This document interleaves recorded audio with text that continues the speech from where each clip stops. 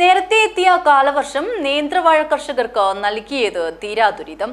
കനത്തു പെയ്ത മഴയിലും കാറ്റിലും വാഴകൾ പകുതിയും ഒടിഞ്ഞു വീണു. ബാക്കിയായത് നിരാശ മാത്രം.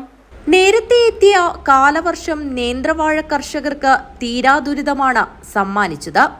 കനത്തു പെയ്ത മഴയിലും കാറ്റിലും വാഴകൾ പകുതിയും ഒടിഞ്ഞു വീണ് ബാക്കിയായത് നിരാശകൾ മാത്രം. ദിവസങ്ങളോളം കൃഷിയിടത്തിൽ വെള്ളം കെട്ടിനിന്ന വാഴയുടെ വേര് ചീഞ്ഞ് മുഴുവനായും നശിക്കുകയാണ്. വെള്ളമിറങ്ങി വെയിൽ വന്നതോടെ വാഴകളുടെ ഇലകൾ മുഴുവൻ പഴുത്ത് വാഴകൾ ഒടിഞ്ഞു വീഴുന്നു. പാകമാവാത്ത കുലകൾ സഹകരണ സംഘങ്ങളിലോ കച്ചവടക്കാർക്കോ ആവശ്യമില്ല. കാലവർഷം ആദ്യം വന്നതുകൊണ്ട് നമ്മളിപ്പോൾ വാഴ കൃഷിയിൽ ഭയങ്കര ഇതാണ്. വാഴയെല്ലാം മുങ്ങിപ്പോയി, എല്ലാം പഴുത്തു പോയി. ആദ്യം ഇപ്പോൾ പറഞ്ഞാൽ 50,000 ചിലവുണ്ട്. കൊല ഇപ്പോൾ ഒന്നും കൊത്താനില്ല.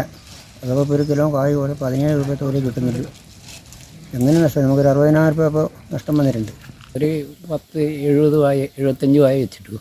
പക്ഷെ നമ്മളെ മൊത്തമല്ല, മൊത്തം ഇവിടെ ഈ മടിക്ക് വയലിൽ അങ്ങ് നിങ്ങോളം എല്ലാവർക്കും ഒരു ഗുണമില്ലാത്ത രീതിയിലായി എന്നില്ല. വെള്ളം കെട്ടിന്ന് വെള്ളം ഒഴുകിപ്പോയില്ല. കാലവർഷം കുറച്ച് മുമ്പേ വന്നു. ആ വെള്ളം നിന്നിട്ട് തന്നെ ഒരു 10-15 ദിവസം നമുക്ക് വാഴ പഴുത്തു, അല്ല വാഴ കുഞ്ഞി പഴുത്തു. ഇപ്പോൾ ഇങ്ങനെ വെള്ളം ഒടിഞ്ഞിട്ട് നിൽക്കുന്നുണ്ട്. മൊത്തം ഇവിടെ മടിക്ക് വയലിൽ തന്നെ എത്രയോ 10,000 കണക്കിന് വാഴ ഇവിടെ തന്നെ ഉണ്ട്.